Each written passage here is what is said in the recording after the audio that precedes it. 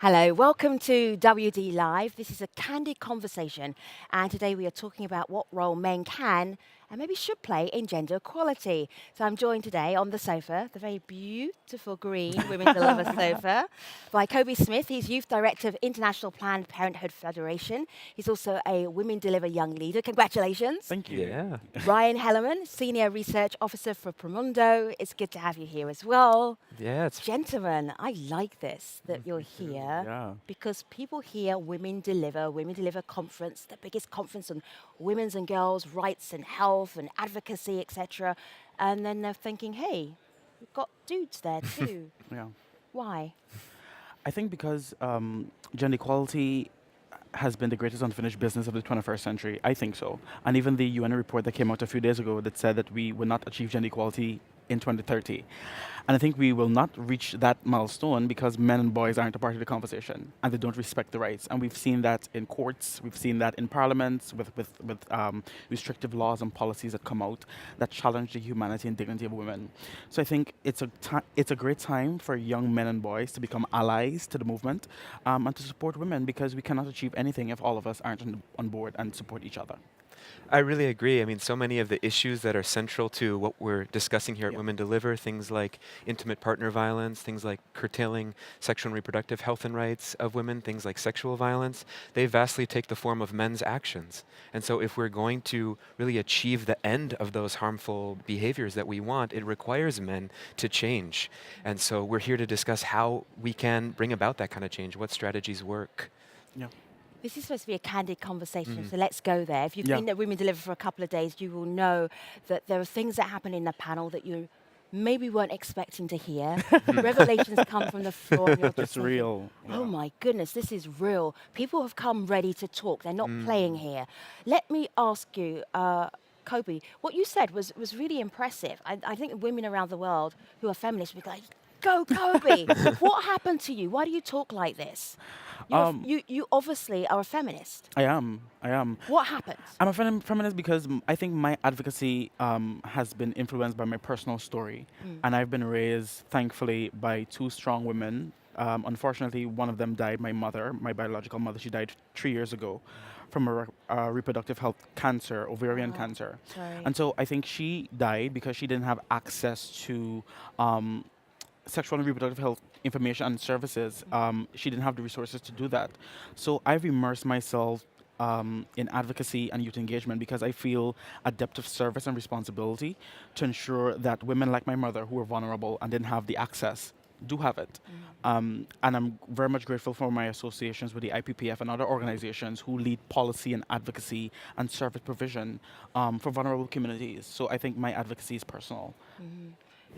Yeah. What Yeah, about you, and Brian? I mean, sorry to hear that, and thank you Thank for you. sharing. I think maybe what we're kind of realizing about each other is what I bring to the table a little bit is conducting a lot of research on harmful ideas and stereotypes about masculinity and Yeah. how those ideas of rigid gender roles and masculine identities are a root cause of a lot of the harmful outcomes that we're discussing here. And the thing that really brings me to this is, okay, maybe on a daily basis as a researcher, I'm working with a lot of quantitative information, but these topics are not just distant scientific topics that Yeah. don't touch our lives. It's linked to reality. Right, when you're talking about gender, every single person has a performance of their gender. It touches your life on a daily basis. Yeah. Things like violence. All of us have interacted with violence and different kinds of conflict resolution.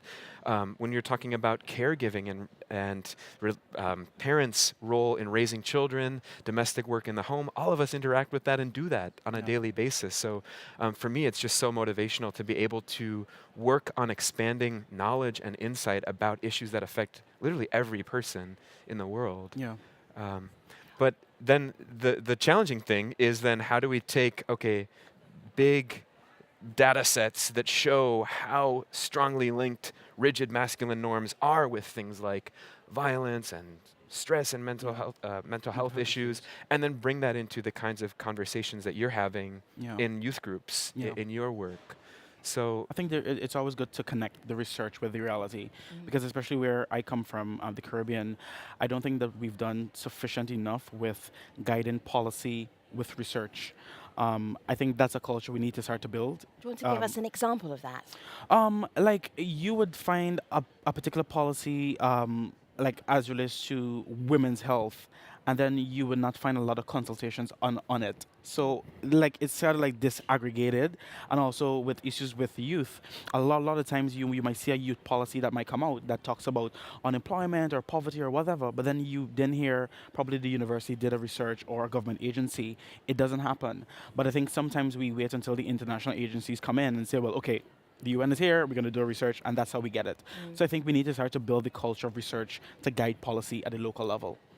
I want to get a little bit more contentious because the reason we got you here was to talk about the role that men can, should, are playing in getting to gender equality. And sometimes people think, well, you should not be in the conversation. Sometimes the pressure is for you to be in the conversation. Brian, how have you actually unpacked that for yourself and for Promundo?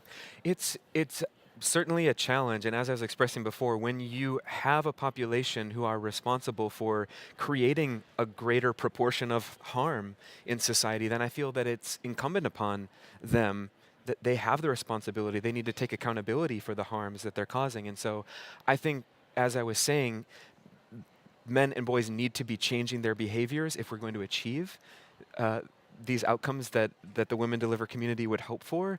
But then the question of how is really important. And I think you might have some calls to engage men and boys that aren't as comprehensive as they need to be, that don't keep in mind the need to let women lead the process toward gender equality. Let the population most harmed by these issues tell you what they need and follow that guidance. And so you have a situation where, kind of understandably, in patriarchal communities, when a message of we need to engage men and boys need to be part of the solution for gender equality comes in, then men and boys who are accustomed to leading everything that they're ever involved in then think, okay, that means I'm in charge of this Yeah. gender equality work now. And so there's But a I'm just wondering, is that a bad thing? it's a Maybe bad something thing. will get done. Well, I mean, But it's like learning. Yeah. But it's like learning the partnership, though. It's Right. like how do you work together? yeah. And how do you go working together from actually leading? I mean, this is very difficult. I mean, psychologically, Yeah. this must be really difficult Yeah. as a guy. Yeah. I'm not sure that we, as women, think about how difficult it must be to completely change your mindset. Yeah. Can you explain that? I think we're not assessing the issue in a minute manner. Like for example, if you look at economies generally, and you look at inequities, you look at discrimination, you look at violence, especially gender-based violence, it's a public health issue, it's a social justice issue, like, and it affects the growth and potential of countries. And so, like for example, if both women and men are paid equal for equal work, then that contributes to the economy. If you have less violence, then that means that you don't have public health issues where women have to constantly be going to the healthcare centers for support and guidance and all of that. And it also lessens the burden on the court system. So I think we need to look at it holistically to say that if we come to gender parity, if we come to gender equality, it not only supports and deals and addresses personal issues between men and women, Yeah. but it has a governmental and national sort of healing process. The reason to it. I'm smiling is because you're both doing development speak right now, right? You're doing it beautifully, it's slick. And I'm just thinking, I'm a dude, and I'm looking at you two. Yeah. You look lovely, Brian. You look fabulous. And it's like, these two guys, they don't relate to me. Yeah. I Sure. have no idea what they're talking about. Yeah. Let's be real. Real. Okay. Tell me two things Yeah. that will help gender equality that guys can do. If they're watching right now, and they're still watching, they're still with us, Yeah. two things, Brian. You've heard throughout your life, be a man. Man up. You got to be the man of the house. And unfortunately, still around the world, this imaginary man I'm talking to, and a lot of us, we know what that means. It means being physically tough at all costs. It means you don't show emotions other than anger. It means you have an unhealthy, conquest-based relationship with sexual relationships in your life. And guys have been sold the lie that meeting those characteristics is what's going to bring them happiness. You, imaginary man, have been told these things. Maybe you're pursuing that path. And I'm here to tell you, maybe through some development speak and through some research speak, but I'm here to tell you that the facts are that that's not actually that good for you, and it's certainly pretty bad for women and girls you care about and society at large. So Yeah. if you're able to Right, think you a little nailed differently. it there. Okay. Yeah, I I wanna- really I- like I- that. Yeah. I understood Yeah. everything, but that was then you were starting to speak in a Yeah. very direct way. Yeah. Yeah. Because we have a vocabulary that we all use and we all Yeah. understand. Yeah. But I think we need to cut through that. Yeah. And we have to Sure. cut through the BS Yeah. and really be real. I also wanted to piggyback on what Brian was saying, and I think we need to be clear about one thing, and it's that men are hurting generally, and when you see the high rates of gender-based violence, a man doesn't just wake up a morning and just beat a woman just like that. There has to be a history. There has to be some sort of underlying issue, and to just say that, you know what, we need to just shove them in prisons and all that, that's not helpful, because when they go there, what sort of reformative, rehabilitative process are they going through? So I think we need to be clear that men must have interventions like women, but also at the same time, men must be willing to come to the space and come to a place of learning. And like I was saying, Brian and I had a conversation at the back. We were talking about comprehensive sexuality education through the IPPF, and I think that's an incredible way to engage young men and boys when they're impressionable in and out of school, to let them know that it's okay to feel down. It's okay to not feel like this toxic masculine way. It's okay to cry. It's okay to be in a healthy relationship. It's okay to use family planning. It's okay to have safe sex. And it just shows that we have to and we must do better from both men and women. This is my big hope, is that people want to be themselves. They don't want to be put into a box by gender expectations, whether you identify as a woman, man, non-binary, gender, or outside of gender altogether. You don't want your identity to be put in a box based on patriarchal idea of what society should be. And so this is my hope, that a message, and I wonder if the labels we use for it seem a little bit too distant or something, but my hope would be talking to a person, like, wouldn't you rather be yourself than be these rigid messages around you? And my hope then is that innate human nature and people's love for one another and love for their families and wish for the best for their children, for their communities, would shine through, and we'd see a revolution in what masculinity means and kind of break that box. Yeah. This is a very long project. Yeah. Yeah. Because we're changing Human history. human history. I wasn't even going to put. I can't put a Yeah. time stamp on it, because it's the way, almost biologically, we've been broken down into the roles that we have, and also economically as well. So it's not just about programs that people might be able to be enticed to go on. It's not just about the research and the data. yeah. It's about the whole of society. Yeah. So all of us are in on this. Yeah. But do you feel that all of us have signed up for it yet? No. We're not even yet. close, are No, we? No. no way. Like, you two no are way. really unusual. Yeah. But we live in societies that are different, different cultures, different people, different ideas, different ways of government. And we see, you have the liberals, you have the conservative, and now we're seeing, this rise in conservative opposition against the issues. And that's a huge challenge, because it means that we're going to preach gender equality, but then you have a large part of the society that says, no, wait, no, we don't want that. It's not time for that. You're going to challenge history. No, we don't want that. And so it means that, one, we need to engage with those forces, because we cannot achieve anything if we don't cross the line and say, well, let's come to a place of conversation. Let's have the dialogue.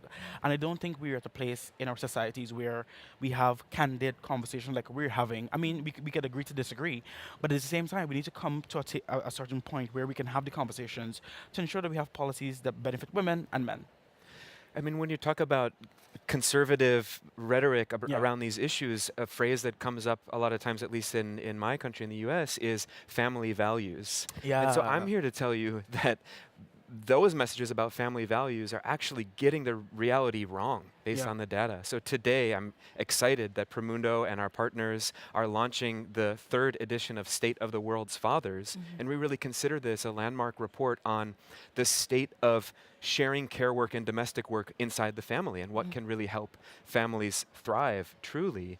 And what we hear from the over 11,000 people who we conducted new data collection with in preparation for this survey is that, by and large, family members of all genders want men to be playing a more non-traditional, so to speak, role. They want men to be engaged deeply in the nurturing, caregiving, cleaning, planning, that nitty-gritty family work that we all need to thrive. Yeah. And so we hear 85% of fathers in our study, the vast majority telling us, I want to do whatever it takes to be involved in the life of my child in the first weeks and months after they're born. We hear majorities of women, 2/3 of women tell us that if their male partner were to take a longer and more intensive paternity leave after the birth or adoption of a new child, that the mother's mental health would improve, and even more said that their physical health would improve. So there you have men and women alike telling you that what we want, our values in our family,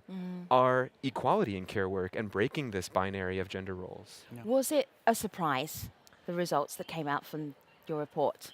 Some parts of it are a surprise and some aren't. You know, Yeah. with this kind of advocacy-informed research, you find yourself saying the same messages over and over and over. I don't know if you can relate to that, and maybe the 150th time it finally clicks for somebody when you said the same message. I mean, Promundo's and partners and this whole Women Deliver movement's research has long shown that gender equality is not this zero-sum game where one side is one losing side's and losing, one side's winning. Mm-hmm. If we dismantle this man box, if we start moving toward more open, generous, caring, empathetic identities for everyone, everyone stands to gain.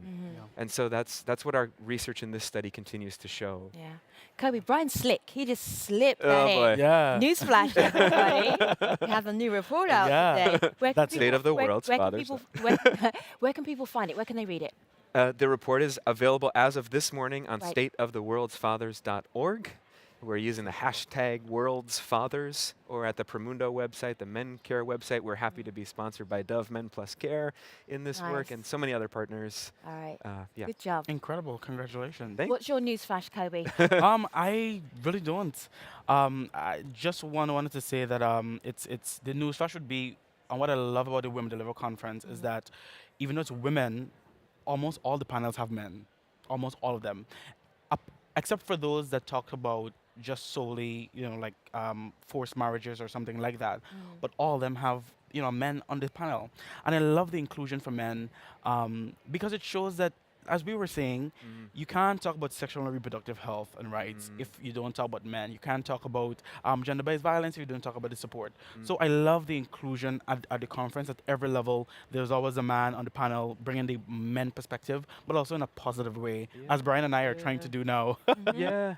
Well, and also kind of trying to put into practice this principle that is incumbent on any male identifying person who enters this field, that you have to engage in this in a way that is accountable to this women's rights movement. That you, like I said earlier, you as a man can't put yourself forward as suddenly the leader and you dictate the terms of everything about the gender equality agenda. No. So it's amazing to be in a location where those who identify as men and boys in this community here have a chance to practice the listening, the trusting women's insights, the showing how we can be allies in such a way that we're supporting and boosting up rather than taking up air and taking up too much space. I hope, anyway, that my fellow male colleagues are doing that. What is on your agenda this week? There is so much going on. There's so many places you could be at any one time. What did you come? What was your focus? I am here to do what?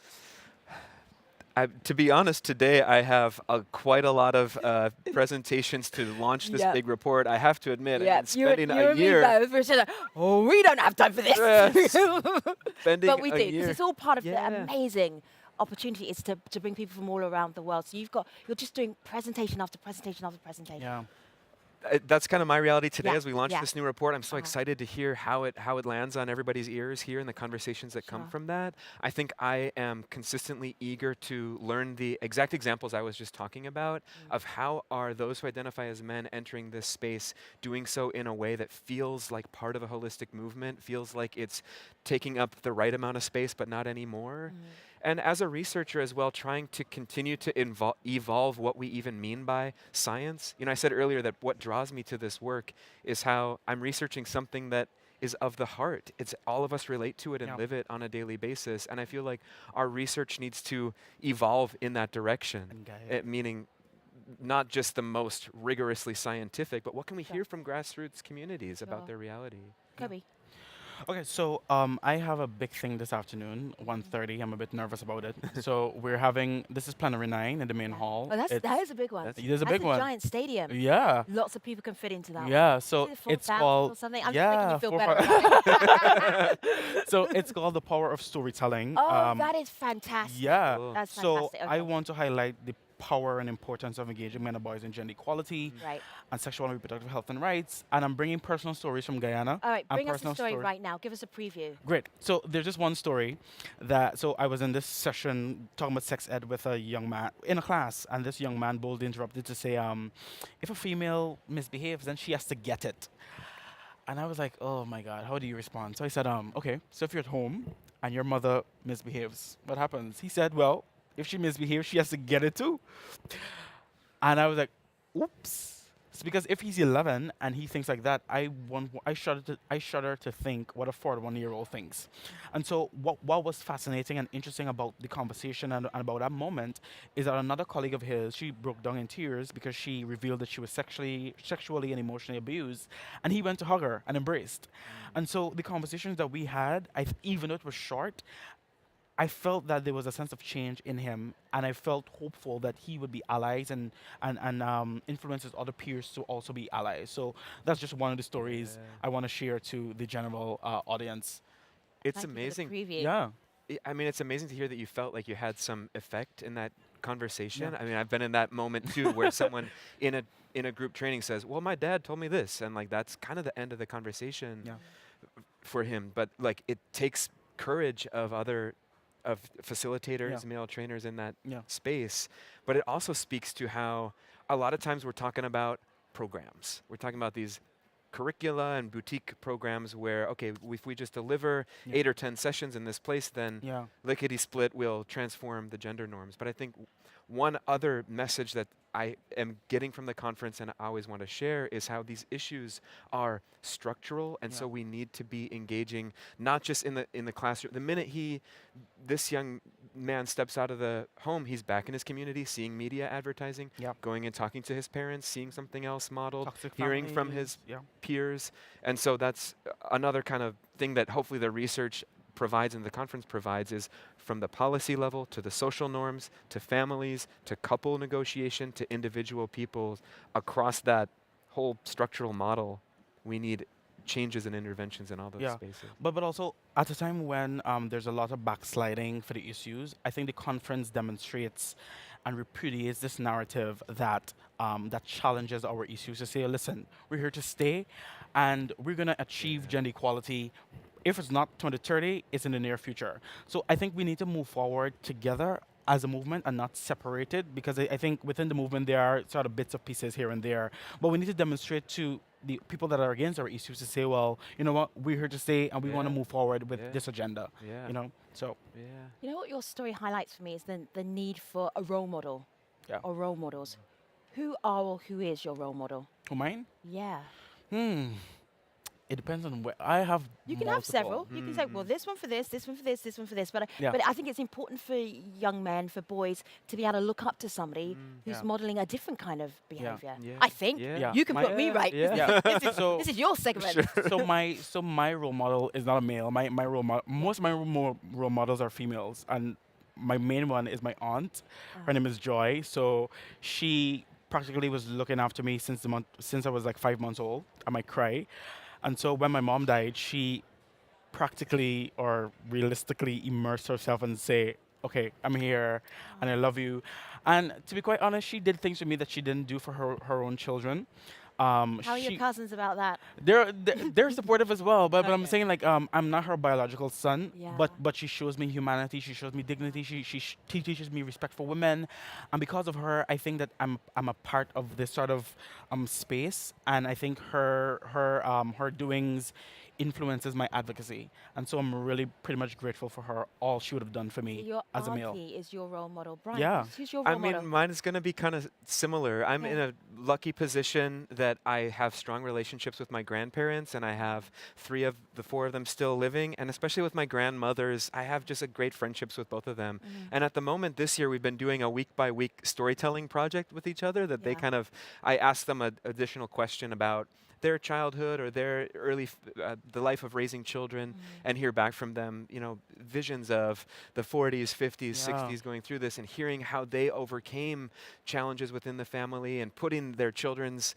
realities first and sacrificing everything they needed to for the family that now I get to, inherit. And the fun thing is immediately after this conference on Friday, I'm flying back to Minnesota and meeting up with this family to go to rural Iowa to a once every 3 years family reunion with my grandma and her 9 living siblings. Wow. So just like the kind of storytelling. And to me, I feel a little bit proud also that upwards to the generations in my own family, I can say my career is based on promoting gender equality and promoting feminism around the world through research and programs. Certainly they're going to be proud of that to know that their grandson is doing that. Yeah. So who's your role model? Yeah. We didn't get to ask that. Who's yours?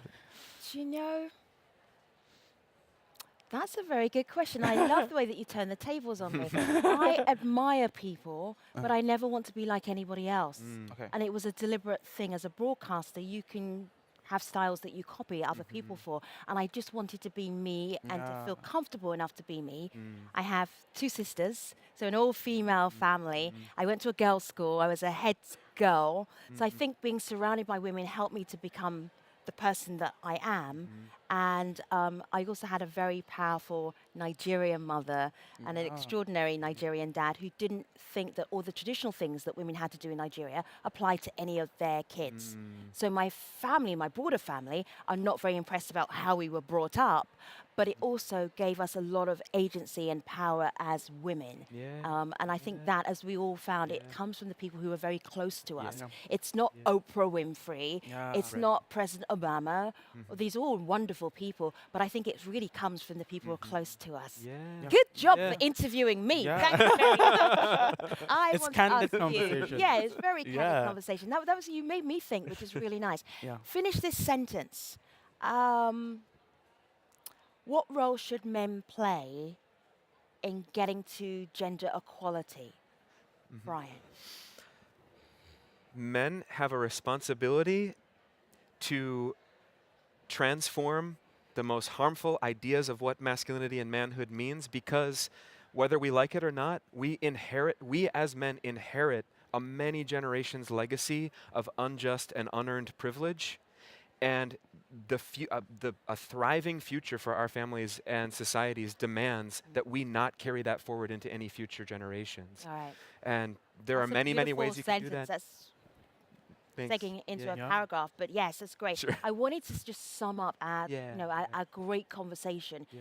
into more of a little takeaway. Yep. So, Kobe, how can men help? Where should they be when we're looking at gender equality?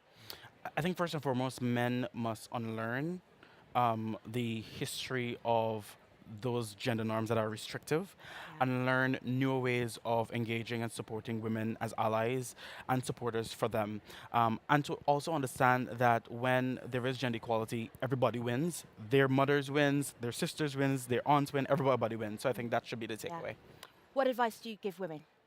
Ooh. Oh, they got Ray answered it. You wouldn't dream of giving advice to women. Be yourself, be powerful. We're here to Resist. support you. Yeah. Kobe, Brian, thank you so much for being part of Women Thank Deliver Live. you for Really moderating. appreciate it. Thank Incredible. you. Thank you. Good job. Thank you so much for watching Women Deliver Live. Stay tuned with us. You can always find us at the Women Deliver Live website, and we'll see you for more candid conversations on Thursday.